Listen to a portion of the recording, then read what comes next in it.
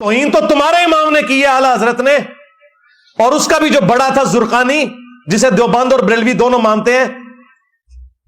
جب اس سے ملفوظات اعلی حضرت میں پوچھا گیا کہ بتاؤ کہ تم کہتے ہو ولی بھی زندہ ہے اور نبی بھی زندہ ہے، تو تمہارے اعلی حضرت نے کیا کہا تھا کہ نبی اور ولی میں یہ فرق ہے کہ نبی اپنی قبروں میں حقیقی حصی دنیاوی زندگی کے ساتھ ہیں، حتیٰ کہ ان کی بیویاں بھی ان پہ پیش کی جاتی ہیں، ان کے ساتھ شباشی بھی کرتے ہیں۔ مرزا محمد علی کا یہ کہنا کہ اعلیٰ حضرت امام احمد رضا فاضل بریلوی رضی اللہ تعالیٰ عنہ نے جو حضرت علامہ زرقانی رحمۃ اللہ تعالیٰ علیہ کے حوالے سے عبارت پیش کی ہے کہ نبی کریم صلی اللہ تعالیٰ علیہ وسلم کی مبارک ازواج ان کی قبروں میں پیش کی جاتی ہے اور وہ ان سے شباشی بھی فرماتے ہیں، اور اس سے یہ امپریشن دینا چاہا کہ شباشی کا مراد یہ اہانت ہے، یہ توہین کا لفظ ہے، جبکہ انہیں چاہیے کہ لغت کا مطالعہ کرے۔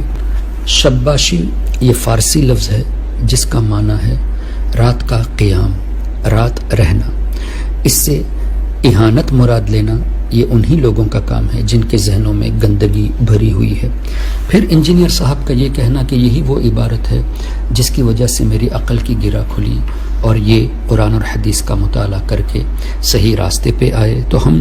ان کو یہ بتانا چاہتے ہیں کہ آپ صحیح راستے پر نہیں آئے، بلکہ اللہ تبارک و تعالی کو منظور نہیں تھا کہ اس وقت آپ کو ہدایت دے، جس کی وجہ سے آپ قرآن اور حدیث کو نگلیکٹ کر کے غلط راستے پر پہنچے۔ ہم اس پر دلائل بھی آپ کے سامنے پیش کرتے ہیں۔ نبی کریم صلی اللہ تعالی علیہ وسلم سے ان کے ازواج نے پوچھا رضوان اللہ علیہم اجمعین، یا رسول اللہ صلی اللہ علیہ وسلم، آپ کے وصال شریف کے بعد ہم میں سے پہلے کون آپ سے آ کر ملیں گے؟ یہ حدیث پاک بخاری شریف میں بھی ہے اور دیگر کتب احادیث میں بھی ہے۔ نبی کریم صلی اللہ تعالی علیہ وسلم نے یہ نہیں فرمایا تم میرے دنیا سے جانے کے بعد مجھ سے ملنے کی بات کرتی ہو، پھر یہ کہ کون تم میں سے پہلے آئے گا مجھے کیا خبر غیب کی؟ اللہ اکبر۔ بلکہ حضور علیہ الصلوۃ والسلام نے یوں فرمایا جس کا مفہوم یہ کہ تم میں جو لمبے ہاتھ والی ہے، یعنی صدقہ زیادہ دینے والی ہے، وہ سب سے پہلے آ کر مجھ سے ملے گی۔ تو کون پہلے ملے گی اس کی بھی وضاحت فرما دی، علم غیب کا اظہار بھی ہوا اور ساتھ ہی ساتھ ملاقات کو ثابت بھی فرمایا۔ ازواج مطہرات رضوان اللہ علیہم اجمعین سے یہ نہیں فرمایا کہ تم سے کیسے ملاقات ہو سکتی ہے۔ تو نبی کریم صلی اللہ تعالی علیہ وسلم کی ہی حدیث پاک سے جب یہ ثابت ہے کہ ان کی ازواج مطہرات رضوان اللہ علیہم اجمعین ان سے ملاقات کریں گے، اور ہمارے آقا صلی اللہ علیہ وسلم نے اس کی تصدیق فرما دی، جس کی روشنی میں ہمارے بزرگان دین نے یہ بتایا کہ انبیاء کرام علیہم الصلاۃ والتسلیم کی زندگی،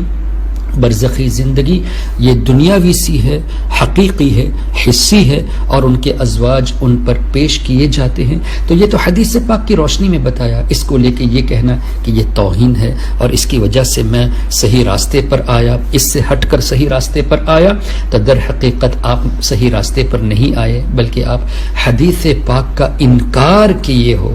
اور یہ بات بھی ذہن نشین ہو جائے کہ سیدنا امام تقی الدین سبکی شافعی رضی اللہ تعالی عنہ نے اپنے طبقات میں یہ تحریر فرمایا انہ علیہ السلام حی فی قبرہ، کہ حضور علیہ الصلوۃ والسلام اپنی قبر شریف میں زندہ ہے، ابد الآباد، ہمیشہ کے لیے زندہ ہے، ہر زمانے میں، اور یہ قیامت تک نبی کریم صلی اللہ تعالی علیہ وسلم کی زندگی حقیقی رہے گی۔ اور حضور علیہ الصلوۃ والسلام اپنی قبر شریف میں نماز بھی ادا کرتے ہیں، اذان و اقامت بھی ہوتی ہے۔ اللہ اکبر۔ تو یہ عقیدہ تو ہم الحمدللہ ہمارے بزرگوں نے حدیث پاک کی روشنی میں بتایا۔ اور جہاں تک ملاقات کی بات ہے تو ایک اور حدیث پاک جو صحیح مسلم میں بھی ہے، ابن ماجہ شریف میں بھی ہے، کہ نبی کریم صلی اللہ تعالی علیہ وسلم وصال شریف سے پہلے سیدہ فاطمہ الزہرا رضی اللہ تعالی عنہا کے کان میں کچھ ارشاد فرمایا جس پر وہ رو پڑی، پھر دوبارہ کچھ ارشاد فرمایا جس پر وہ مسکرانے لگی۔ سیدہ عائشہ صدیقہ رضی اللہ تعالی عنہا کے پوچھنے پر انہوں نے بتایا کہ نبی کریم صلی اللہ تعالی علیہ وسلم نے یہ فرمایا کہ اے فاطمہ، اس مرض میں میرا انتقال ہو جائے گا۔ میں رو پڑی، اور حضور علیہ الصلوۃ والسلام نے یہ بھی فرمایا، اے فاطمہ میرے گھر والوں میں سے تم سب سے پہلے آ کر مجھ سے ملو گی۔ ملنے کا لفظ موجود ہے اس حدیث پاک میں۔ پھر مزید نبی کریم صلی اللہ علیہ وسلم نے فرمایا، اے فاطمہ تم جنتی عورتوں کی سردار ہو۔ تو سیدہ فاطمہ الزہرا رضی اللہ تعالی عنہا سے بھی ملاقات ثابت ہے۔ تو ازواج مطہرات رضوان اللہ تعالی علیہم اجمعین کے ساتھ ملاقات کا انکار کرنا، جبکہ واضح طور سے حدیث پاک میں اس کا ذکر موجود، یہ سوائے جہالت کے اور کچھ بھی نہیں۔ اس لیے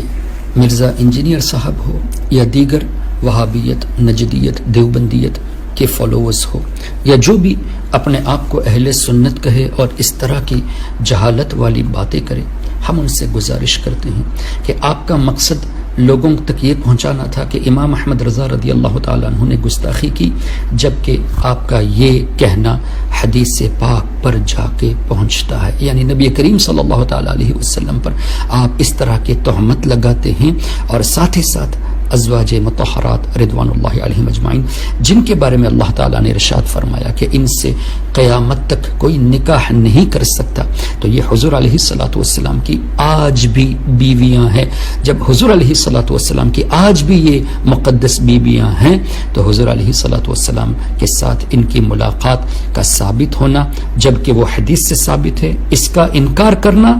یہ ایمان والوں کا کام نہیں بلکہ ایمان کے لٹیروں کا کام ہے۔ اللہ تعالیٰ عقل سلیم